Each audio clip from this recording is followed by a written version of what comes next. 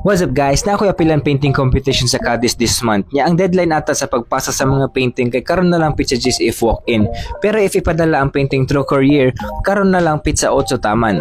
Unya, ambot makaapas pa baka ako ani og obra pero sige lang tryan lang nako. Di ko ana daning painting guys nya medium gamiton kay acrylic or oil on canvas. Ang nakanindot ani ilang event kay nating tulos man Japon ka kay free registration man Japon. Gasto tuod sa materyales ug uban pero worth it raman sa dang experience. Ikaduha na nako ning apil sa Cadiz. Ganahan Japon ko mo apil kay nindot kay sa feeling nga surrounded ka og daghan og perting pagkanindota nga mga painting sa imong mga kapwa artist.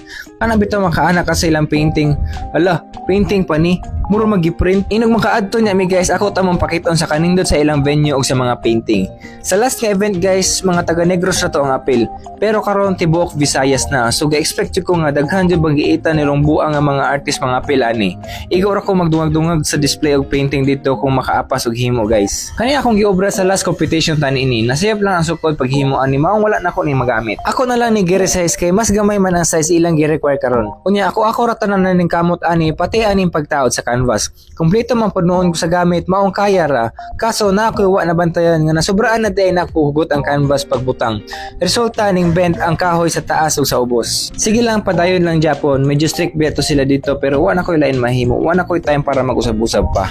Gi-applyan na dayon ako og gloss latex white ang canvas para makasugod na unya ko og painting.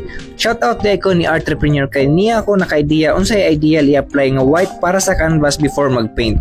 Sa wala pa nakailan ni entrepreneur, mao ni siya ang master of crayon nga ako nailhan.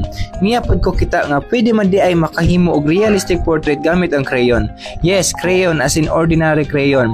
Kung ganahan mo makakita sa iyang mga realistic portrait gamit crayon, i-visit niyo iyang page. Unya guys, i-update lang niya tamo ani akong giobra. Dili ra ko to ba atong video. Daghang salamat. God bless ninyo tanan og kung unsa man na imong ginahimo, ayaw kalimot nga padayon lang.